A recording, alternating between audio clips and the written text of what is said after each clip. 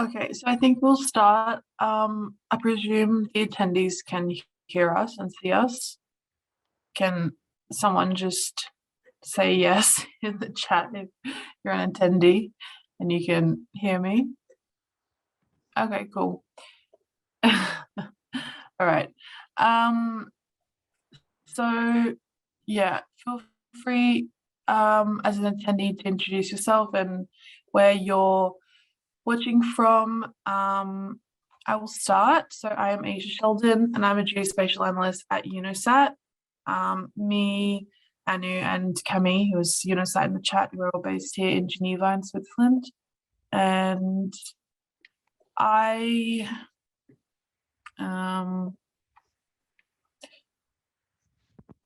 well, this would be awkward now if I can't show my slides, but I think you can see it now.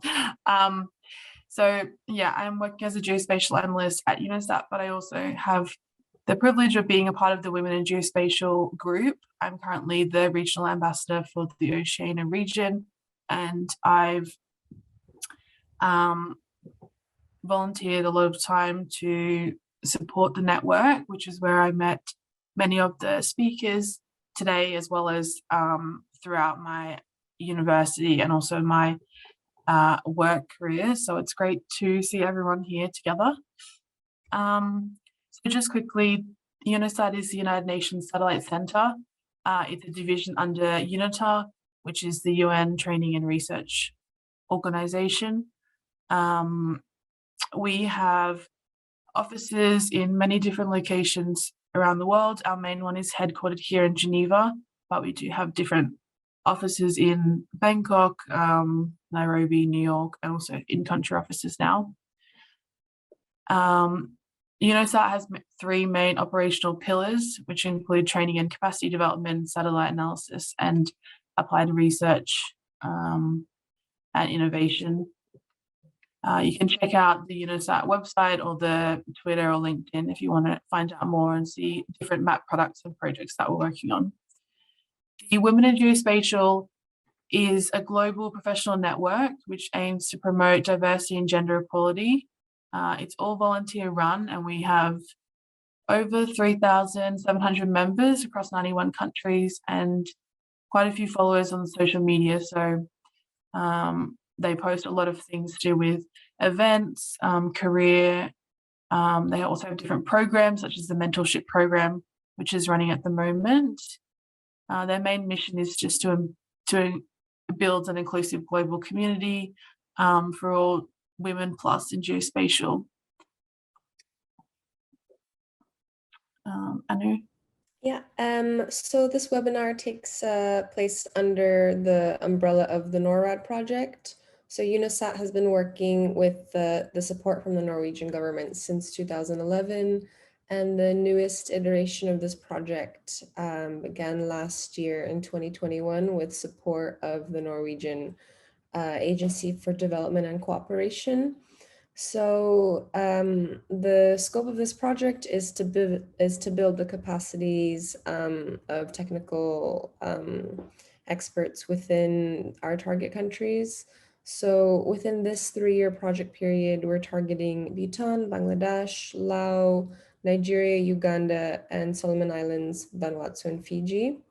So the the capacity development activities of this project aim to equip government stakeholders with the ability to apply geoinformation technologies in order to address, disaster risk, also environmental degradation, food security, and resilience to climate change. So within this framework, we hope that this webinar series can have an angle or a gendered lens to, focus on the, gendered aspect of geospatial, since there aren't many, women in STEM. So through these webinar series, we hope to highlight women in geospatial through our partnership with Women in Geospatial. Yeah, that is all from us. So I guess we will move into the first speaker. Yeah, I'll share my screen. For the attendees, feel free to ask questions in the chat throughout the presentation, and we will answer them at the end. Okay.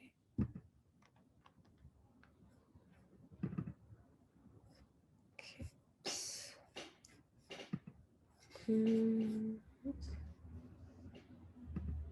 Hey everyone. I would like to apologize. My voice, I lost my voice over the weekend, so I'm going to struggle a bit through this presentation. So excuse my voice, but I hope that the audio comes through enough that you'll be able to make out the presentation.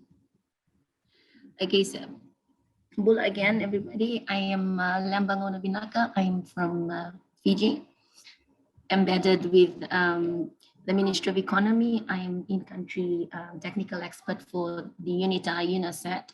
So I also work under the project that Camille and Anu just introduced, the NORAD project.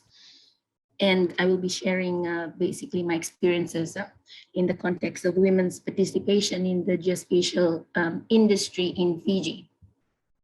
And next slide, please.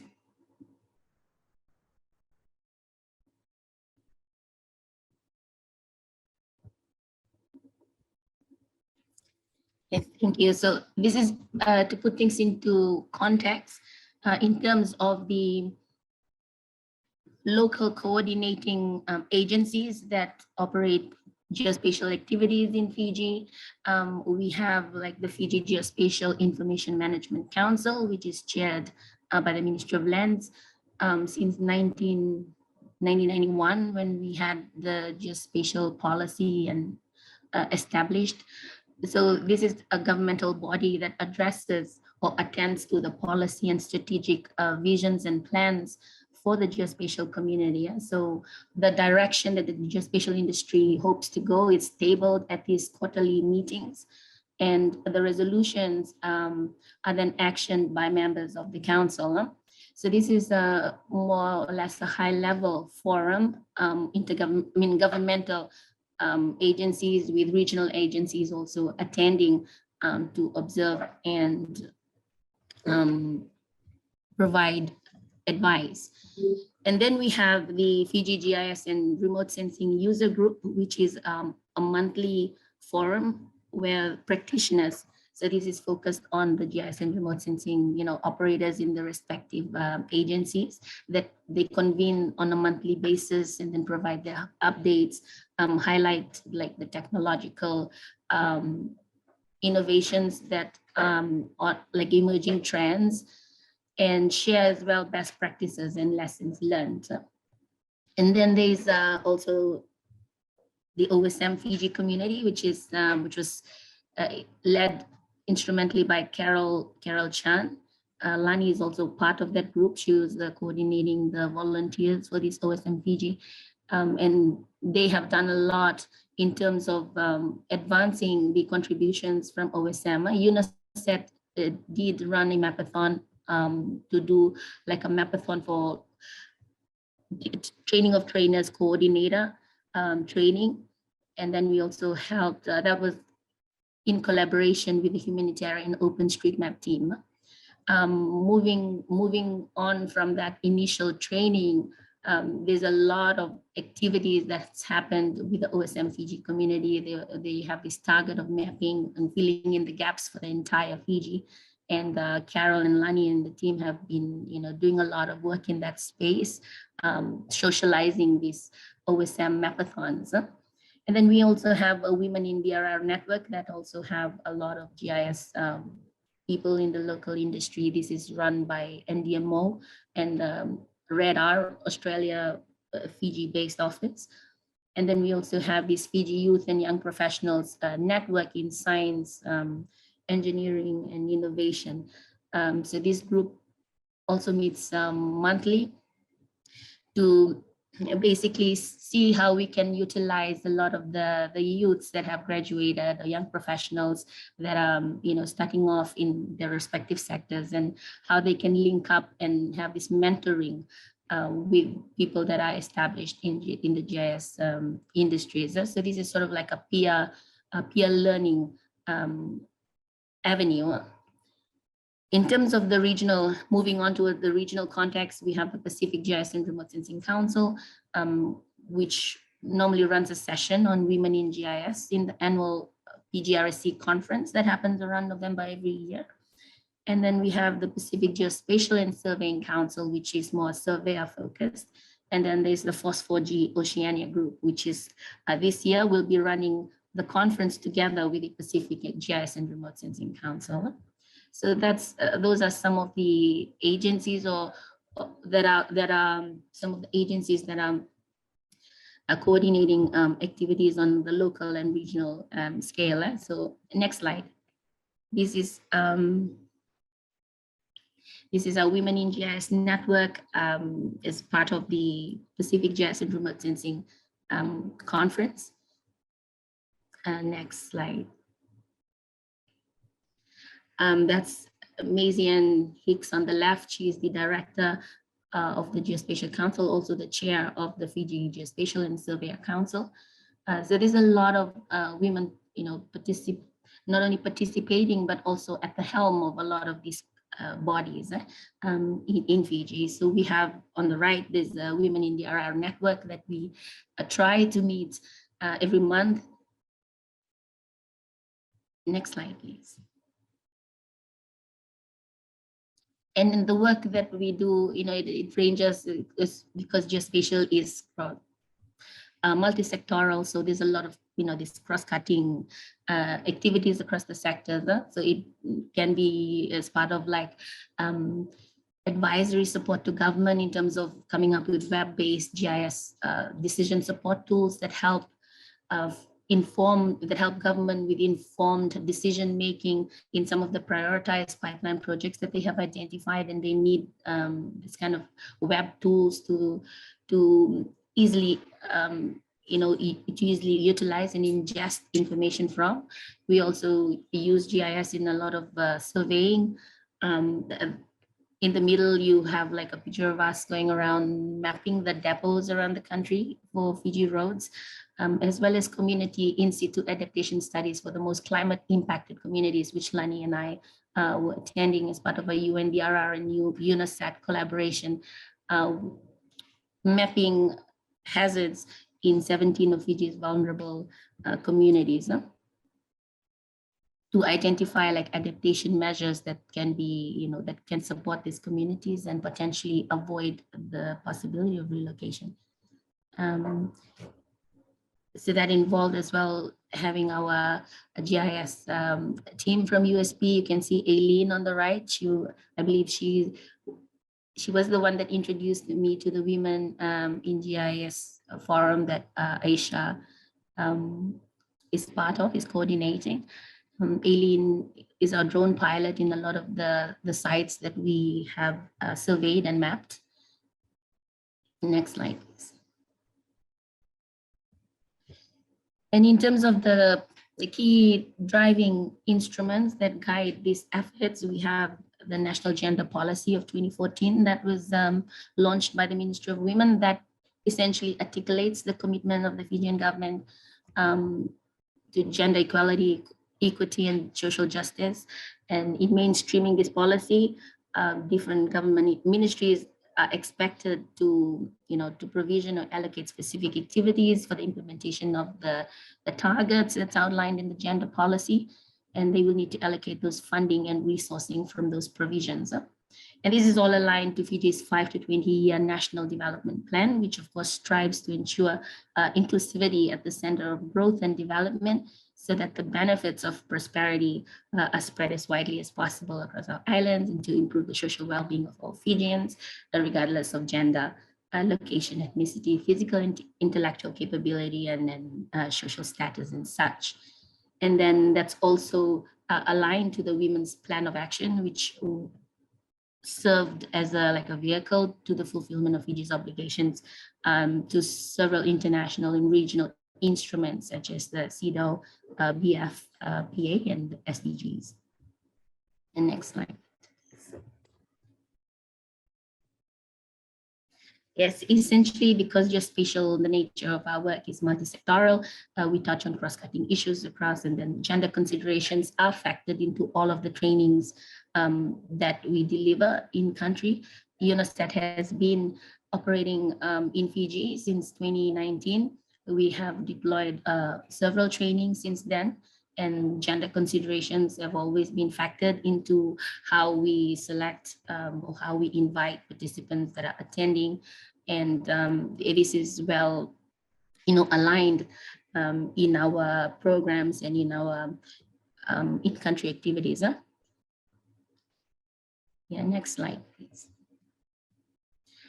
I think this is the so these are just some highlights from some of the work that some of my colleagues in the geospatial industry have been doing in different sectors. You have NDMO, the director of the National Disaster Management Office. She is from the geospatial, of a geospatial background, at the helm of government's decision-making in terms of Fiji's response to any disasters. And then since, leading the NDMO, we have a well-established GIS team that operates, and then UNOSAT is also part of the National Disaster Management Planning team that provides support to that team. So they have a good team leading the geospatial response in light of any major disaster. And then I'll just conclude with some best practices that I've learned in the course of my career in Fiji's and the regional geospatial industry, is to leverage the learnings from senior professionals that you meet as you develop along your career through conferences and networks, and identifying the gaps in your chosen industry, exploring those niche and gaps where you can propose solutions, so you can have an impactful contribution or some tool that makes a difference, or where you can contribute where it's needed, where it matters most. And be a mentor to some upcoming professionals in the industry that are seeking guidance. And I've found in my experience, this is a very mutually beneficial learning opportunity. You have a lot of really great GIS enthusiastic GIS that we learn from. I have been experienced in this industry, but I learned so much more from these young professionals that are fresh graduates. They're very versed with all the latest technologies and a lot of these drone processing methodologies that are really beneficial to some of us that may be more versed with the more traditional methods of GIS in remote sensing. And then value in developing those networks. And I also find that women are great at recognizing risks and can preempt courses of action to safeguard against those risks. And that's an area that you can optimize on. And strengthening visibility, our collective voice and representation.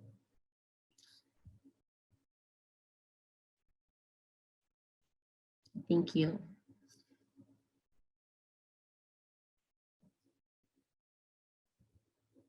Oh, sorry, I was muted. I said thank you, Lemba. And our next speaker is Serene Ho.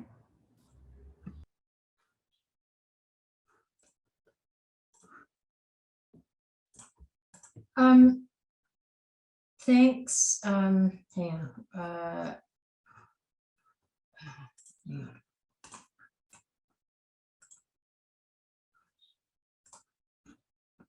Thanks, Isha. Thanks, Arif. Thanks for having me. And hello to my fellow panelists and to everyone in the audience.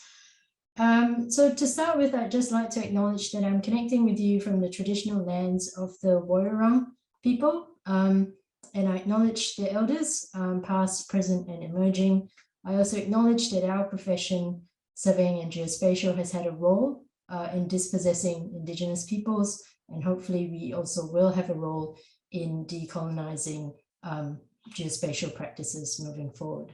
So my presentation is a little bit different. It's based on a project I've been involved with over the last couple of years. hopefully we can, through the project, I can showcase some of the very simple but quite effective work we've done to help women understand environmental conditions in their practice of urban gardening in Honiara. So just to place the work in context, we are RMIT University, myself and a whole bunch of people from across various disciplines. We serve as technical advisors to a UN Habitat project that's also funded by the UNFCCC Adaptation Fund. But the work that I'm going to showcase is also partly funded by SPC, the Pacific Community in ecosystem-based services. So the work in Honiara really stems from two major reports: 2014 Climate Vulnerability Assessment, and they're on the left of the screen, as well as the 2016 Honiara Urban Climate Action Plan. And I've got links to them at the end if for people that are interested. The project really has a multi-scalar focus. It has city level, ward level, and community level engagements. We work very closely with a couple of ministries, as well as Honiara City Council. So on the screen there are the 5 kind of hotspot communities that we work with. So to set the scene, as the work progressed, we were really keen to introduce a gender component, especially as we realized the significant role that women played in food security in informal settlements. And so the work here is looking at the practice of urban gardens, or home gardens, as well as bush gardens, which are located outside of communities. And so we were interested in how these practices, which aren't recognized as a contribution to economy, and they're not they don't tend to be also recognized or incorporated into formal climate policies. So the work was really about the baselining what these practices might be. And we looked at 2 peri-urban settlements. We also adopted a top story method, which is a more locally appropriate method of engaging with the women, and went on transat walks and got someone to undertake some drone imagery as well. So as you can see here, we didn't do anything fancy in terms of geospatial analysis, because I think fancy is nice for people who have spatial literacy, but we were really trying to do this as a means of engagement. So one of the first things we wanted to help the women understand is how the city has changed. So we try to use freely available imagery as far as possible. And so we just did some basic land surface temperature analysis, and you can see on the screen there the difference between 2 time periods, 2013 versus 2021. And so we also, using this, we could also help the women understand how the health of vegetation has changed across that time as temperatures have increased. So this helped them to also contextualize their own awareness of how their surroundings have changed. So other things we did to give them kind of insight was just simple Google Earth imagery showing time changes over time. So you can see there that the population density has really exploded in our peri-urban settlements just over a period of a decade. And this bears out in the most recent census data as well. I think the population of Honiara has probably increased 70% between the 2 census periods.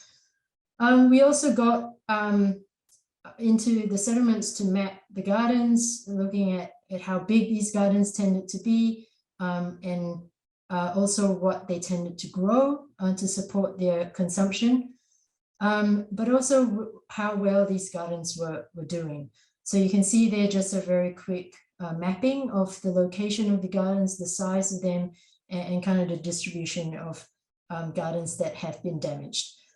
Sorry, I also put on screen there when we overlaid these with other risk elements, like in the lower right side of the screen, flood risk as well as slope analysis. So one of our settlements has quite steep topography. So this helped women and the communities to also understand what was going on and what these sites were both communities have been experiencing increased competition for land as urbanization has really gone off in Honiara.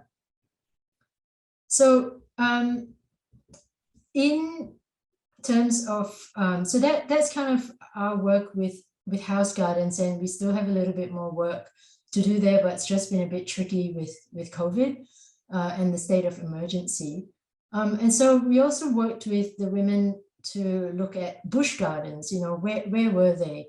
And because these settlements are on the peri-urban border, bush gardens tended to be located on customary lands. So there's a whole land tenure element there that in particular I'm also very interested in.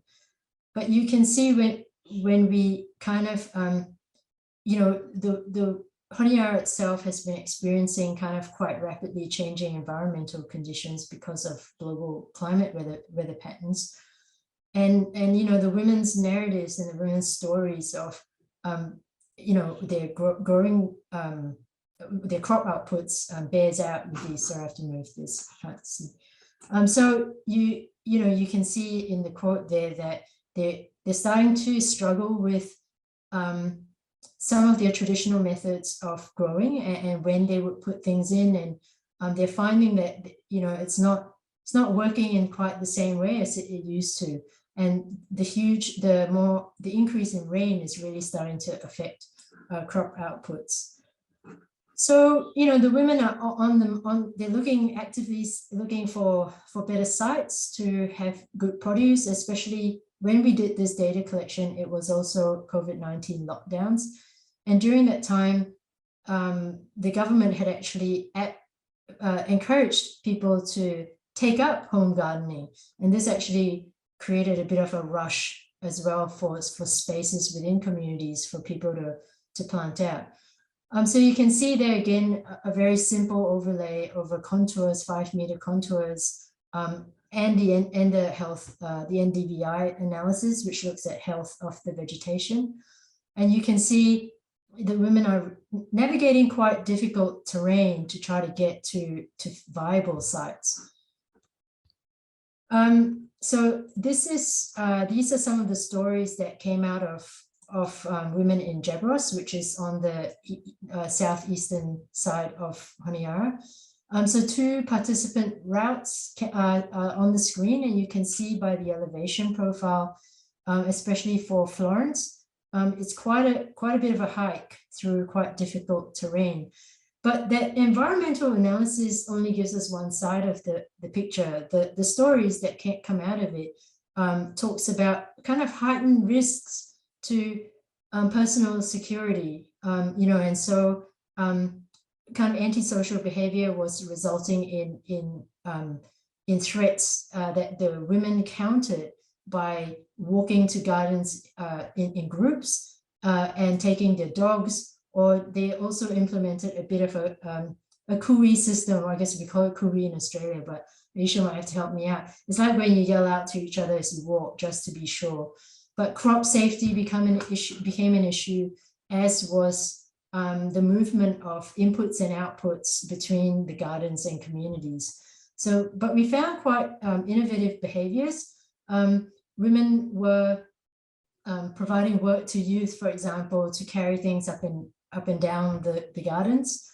And because all the markets closed down over COVID, some women were able to kind of create new kinds of businesses selling cooked food, and were actually making a lot more money.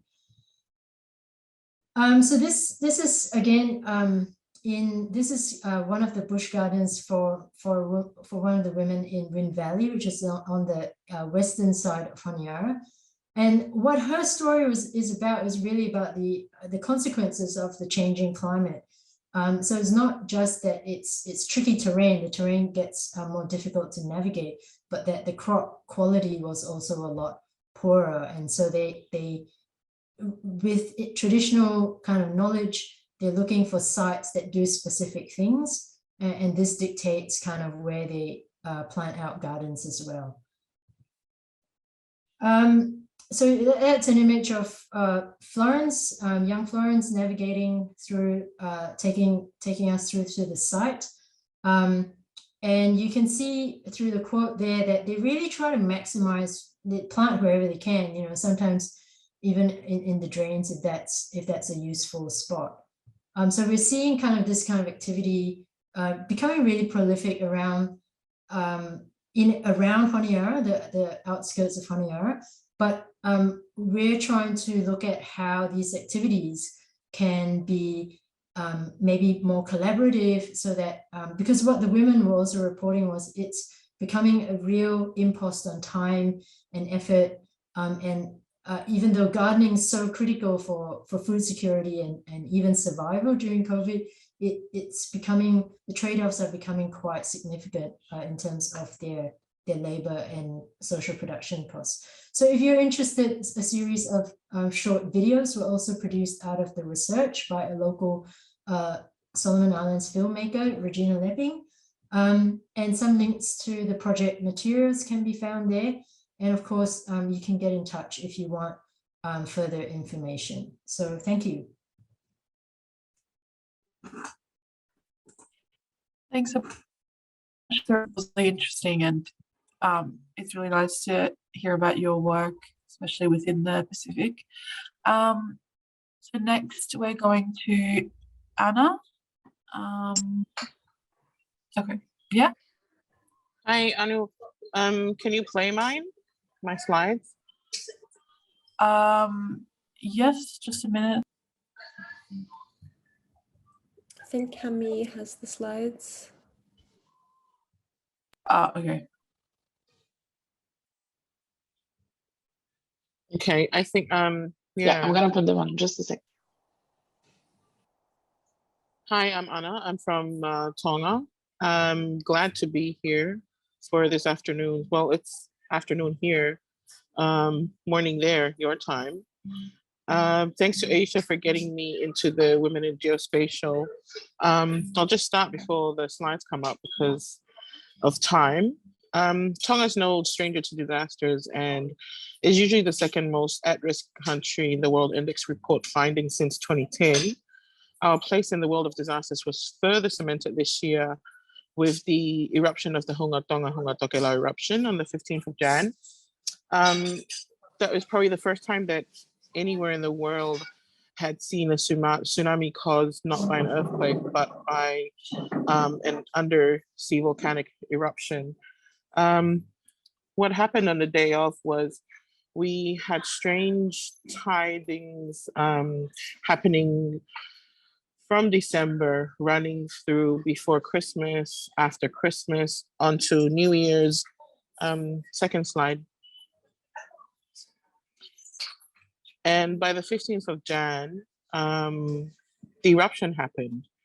And the eruption happened, it cut off communications because of our cable, our underwater cable.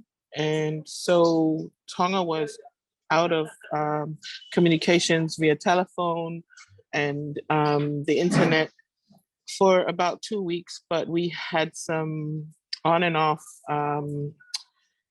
communication with the outside world using the satellite connections of the High Commissions and the ADB office here in Tonga. Next slide. I'm probably taking you guys through a more DRR related take on women in geospatial. So next slide, please. Sirens didn't ring. People relied on instinct and common sense to take them to safe ground. Police were dispatched. People evacuated in panic. The aftermath was we had 3 deaths. We had more than 3,000 people displaced. We had the communication lost, damages to households, not just by the tsunami, but by the ash fall from the volcanic eruption. It affected 3 island groups and it destroyed the main wharf in one of the outer islands. Also our main terminal airport here on the main island. Next slide, please.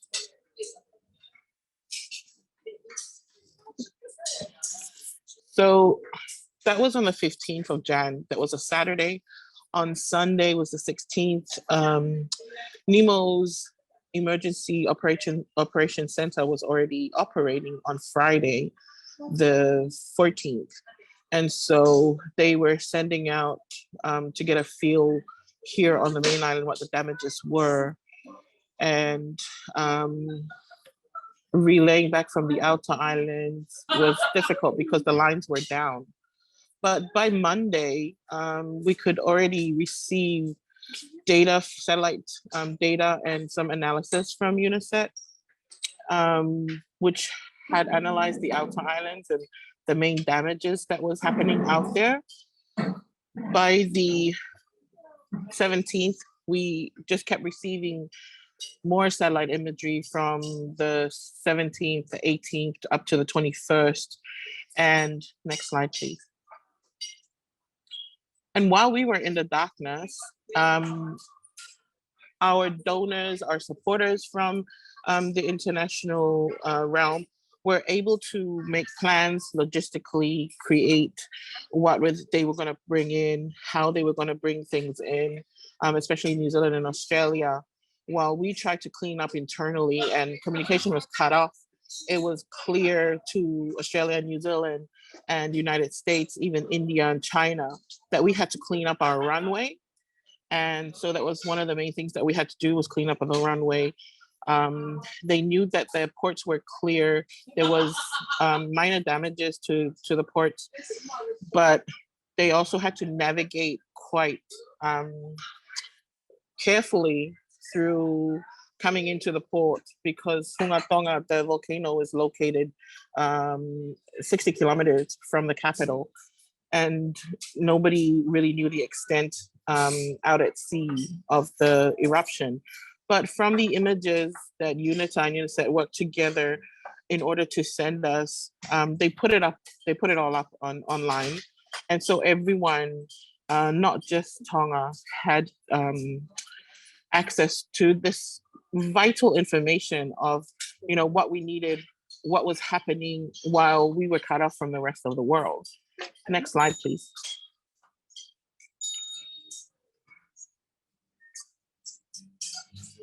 I would like to personally thank the UNOSAT and the UNITA team, and make a special shout out to Samia Bilables at UNITA, who not only helped me during the event and put up a specially dedicated damage assessment map for Tonga with more details into possible damages of the cascading event.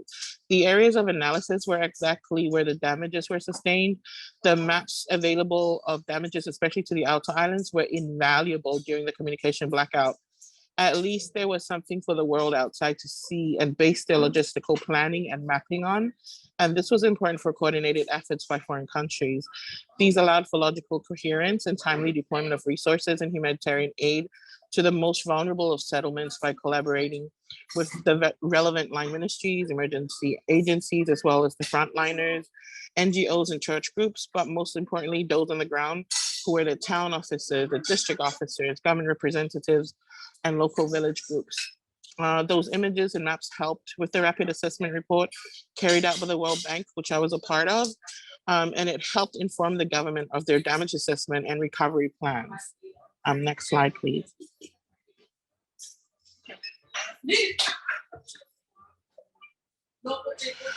Tonga has not only received the help from UNOSAT and UNITA during the Hunga Tonga Hunga Hapai event. In 2018, after TC Gita received the same imagery help, and it was used by NEMO on their immediate damage assessment report. The same thing happened in 2020 with TC Harold, who visited Tongatapu and Ewa, further exacerbating the damages that was brought on by TC Gita. Over the years, with the help of UNOSAT and UNITA, increasing the capacity and granular detail of the maps has just been fantastic.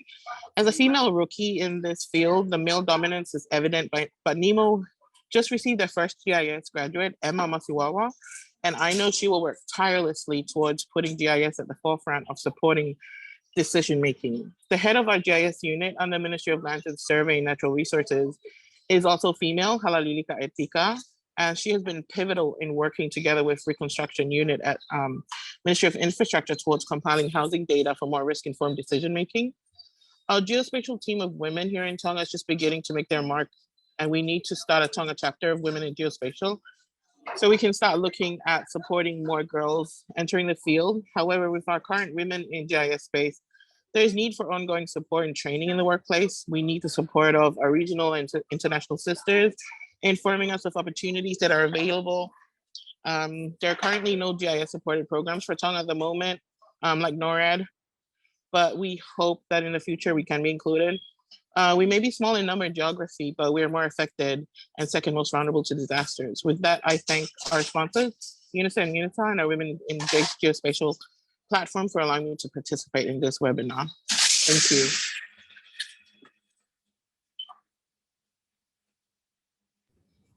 Thank you, Anna, for the very interesting presentation.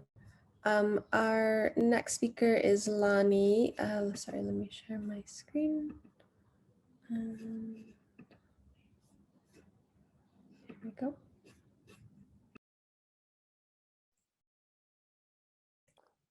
Good afternoon, everyone. Hope you can hear me clearly. My name is Lanieta, and I'm currently the NCD officer with WHO embedded in the wellness team at Ministry of Health of Fiji.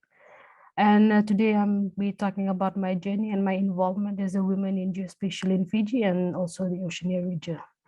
I'll also be touching on my involvement with the Pacific GIS and Remote Sensing Council, and also on our Yandravanavanu team for space-based challenge, and also our journey as OSM Fiji. So just a brief intro of where my journey started was back in 2015. Still in university was when I started at SPC, now called Pacific Community, an intern for the geospatial team and remote sensing team headed by Dr. Wolf. Next slide, please. So most of my work was around forest mapping. This is in visual interpretation and overlaying, and also mapping land cover, and also on spatial data infrastructure, risk impact tools, and also on post disaster response, especially in during Winston. So as part of the team that actually did building mapping and post disaster response mapping. And next slide, please. Also, my work was also on forestry collect earth. So this was to use collect earth. So the collectors is actually open source software, also created by FAO. So it uses high resolution imagery to actually, you can actually use it to assess land use changes. So one of the particular project I was involved with was with the Naviti and Malolo district to support the project in development of integrated land use maps as a component of the Paris Agreement in action. So it's actually upscaling forest and landscape restoration to achieve our NDCs. And the project has been supported by International Climate Initiative. Next, please.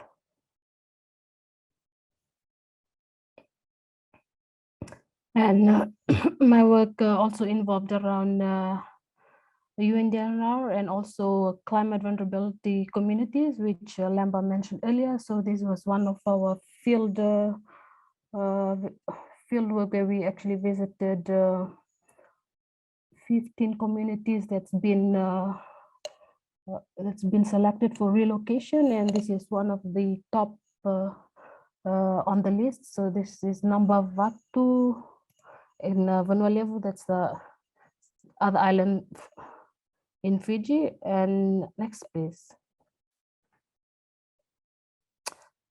And I'll be also talking about our involvement in the Pacific Island GIS and Remote Sensing User Conference.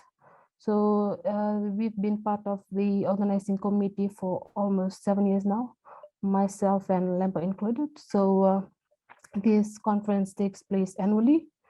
So the aim of this conference also to bring GIS and remote sensing specialists, so to present on new developments in the GIS and remote sensing sector in the Pacific region.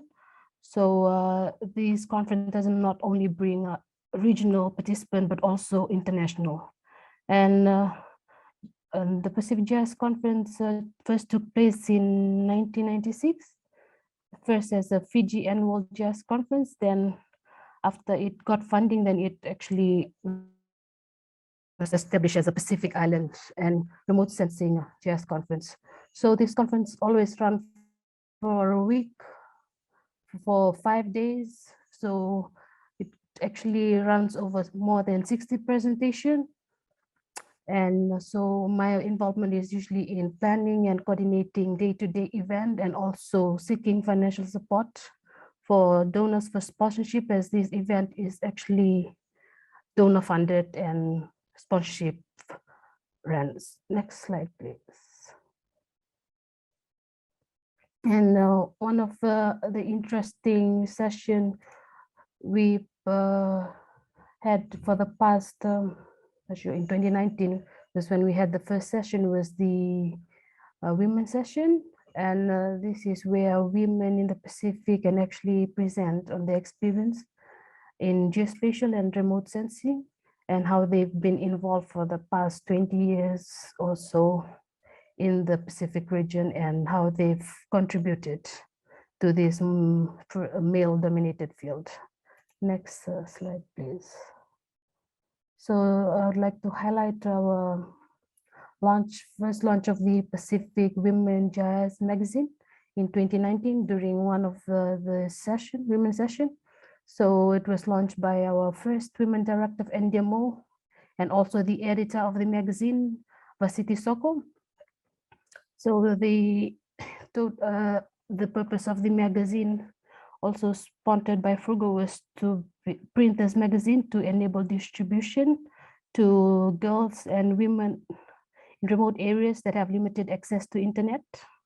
And it featured more than 10 women who have been involved in the Pacific region in the geospatial space. Next, please. And another team I was involved in was the Yandravanua, which is in a Fijian, it's a Fijian word. So in English, it means environmental watch. So I was privileged to join this team last year, and we joined a challenge for space for Planet Earth Challenge. And the topic we worked on was how to leverage planet datasets to enhance estimation of spatio-temporal rates of carbon sequestration. Next, please.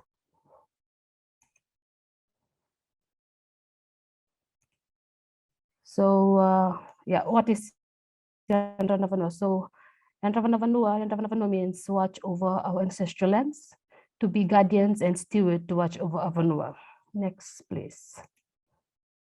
So our main aim as a group was to create awareness for youths on climate change and sustainable practices,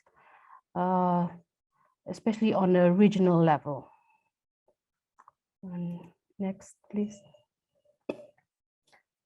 So our thinking was around how does all this work that we've been involved in feed into the bigger picture, which you can see on my screen now. So in the Yandravanua, we seek to find balance between the bigger picture shown here on the left and also the details shown here on the right.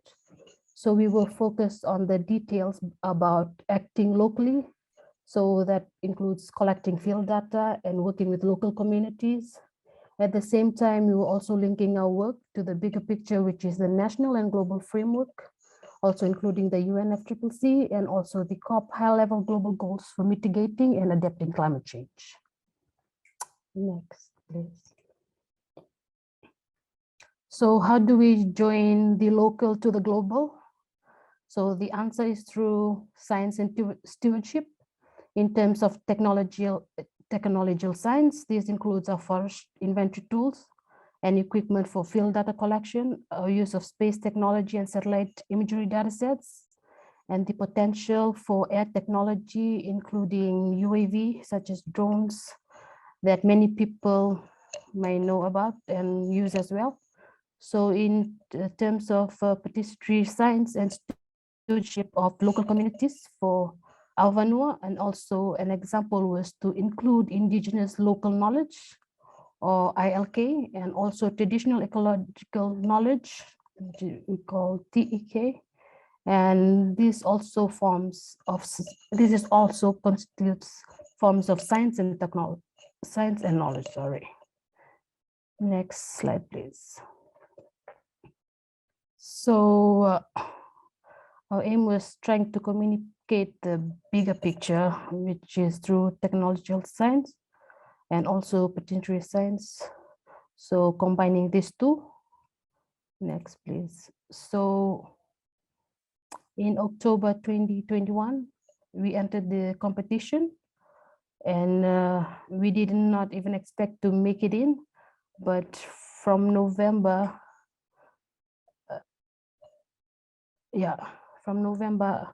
after making to the competition, we worked so hard to actually represent the Pacific, because we were only one of the two teams that joined from the Pacific, was a Fiji team and also the PNG team.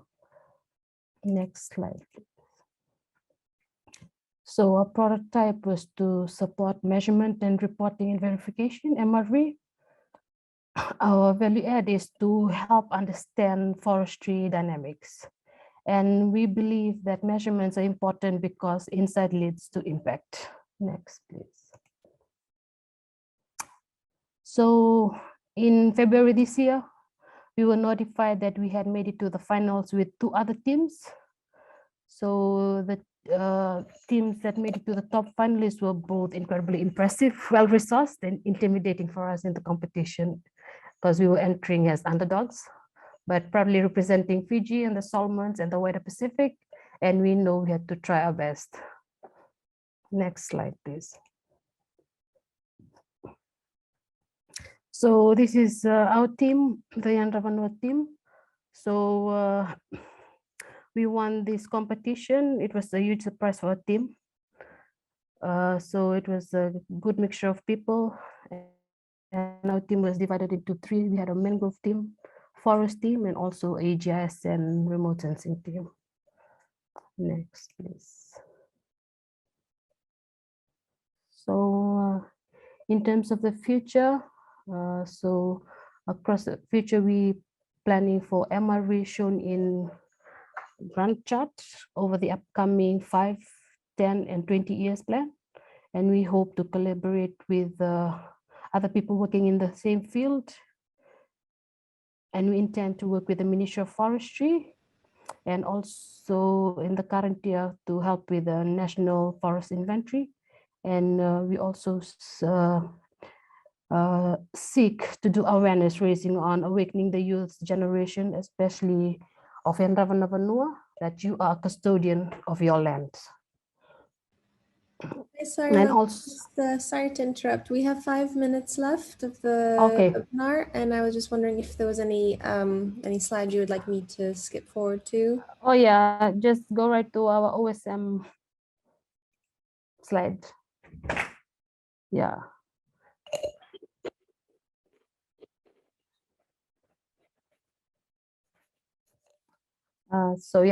So OpenStreetMap Fiji, we started last year. We're nearly 1 year now, and we've been doing a lot of activities around, and we've been doing mapping, mapathons. So maybe just go through the OSM slide while I talk. This year we've created, since COVID restriction has been lifted, so we've done a lot of verification using all these open source apps on mobiles, and we've done so far, look up the stats, I think it's, so we've done 7 open data socialization workshop, 8 mapathons, and co-hosted 2 mapathons with Biggraphy SPC. and also 3 open training sessions, which is on COBOL, Toolbox QGIS, and MapRed. And we've also presented on Fiji Pacific Gis Conference. And for OSM Fiji long term, we hope to increase our uptake of open data and also sustain the contribution and the community. And with that,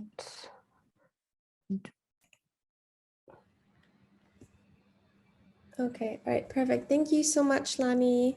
Yeah, sorry to cut you off. I just wanted to leave some time for Q&A because I'm not sure whether there's been any questions written in the comments.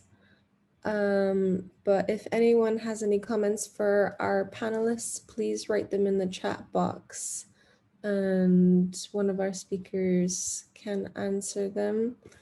Aisha and Kemi, have either of you seen any specific questions, or do you yourselves have any questions to ask? Hi everyone. So there was a question in the Q&A, but it wasn't really a question. It was more of a connection. So we'll get in contact with Sindhu after the event. I just wanted to share that if there are any questions post-event, don't hesitate to email unosat@unital.org, and we can always follow up with the speakers or ourselves. But yeah, just wanted to say personally thank you to all the presenters because it was very interesting. I really enjoyed this.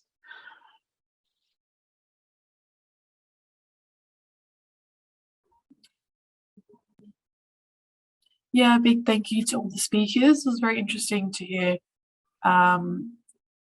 different perspectives on geospatial. Okay, there's one question in the chat here which says, which data is your analysis based on? All speakers. I don't know if that's it's quite broad. I don't know if anyone wants to answer that.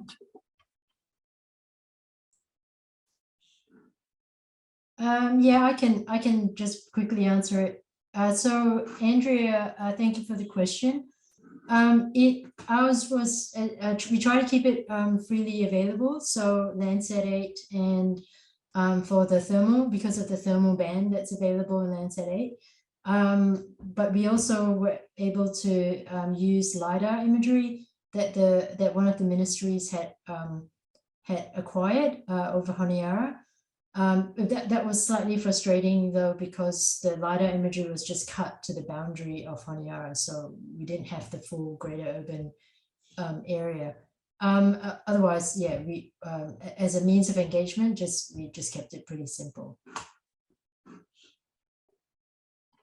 There's another question in the Q&A box. She asks, I would be interested to know if you also have any examples of integrating the gender dimension when it comes to geospatial data and dealing with DRR.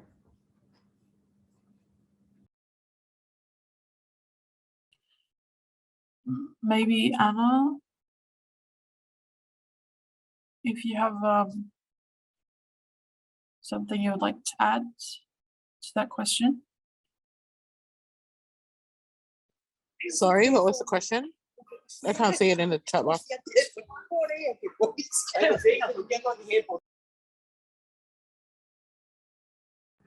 The question was if you have any examples of integrating the gender dimension when it comes to geospatial data dealing with DRR.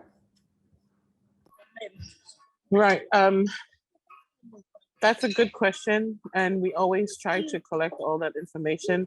The problem that we have now is that with the assessments, it's still going out by the different ministries. So when they collect their information, it comes back to their own ministries. Then there's no place that collects all the information and puts them together, compiles them, turns them, and then put them out again. So that's the problem, is that, for example, Ministry of Infrastructure, goes out and they deal with infrastructures alone. Then you have the WASH cluster that deals with wash and hygiene, and they have, so they do have them at that disaggregated level, but it's just that it doesn't come to NEMO for an overall accumulation and disaggregation of data. So we don't have that as yet. Usually it goes to UN OCHA, and OCHA has a website where they do put out those specific information. But I think that's more a question of where the data comes from, where the data rests, where it goes, and how we get to handle data, which is still something that as a nation we have yet to decide who's in charge of data and how it's shared.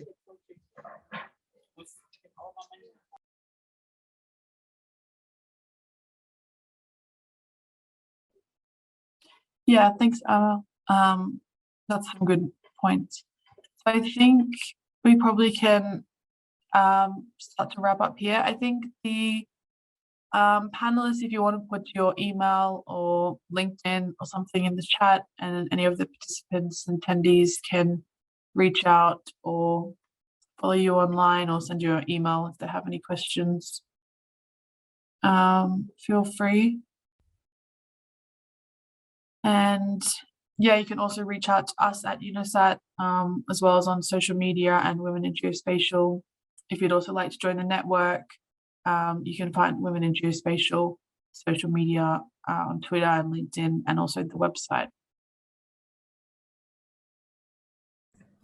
Yeah, and I'd like to thank the speakers again. Thank you everyone for your fascinating presentations. It was very eye-opening and very inspiring. So we will be sure to follow Women in Geospatial closely, and we look forward to collaborating on more webinars in the future. And thank you to all the attendees.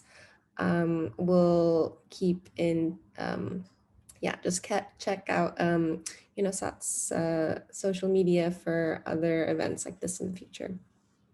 Okay, thank you everyone. Thanks, Aisha. Thanks, Anu. Thanks everyone. Thanks everyone. Have a good night. Bye. Bye-bye. Thank you, everyone. Thanks, everyone.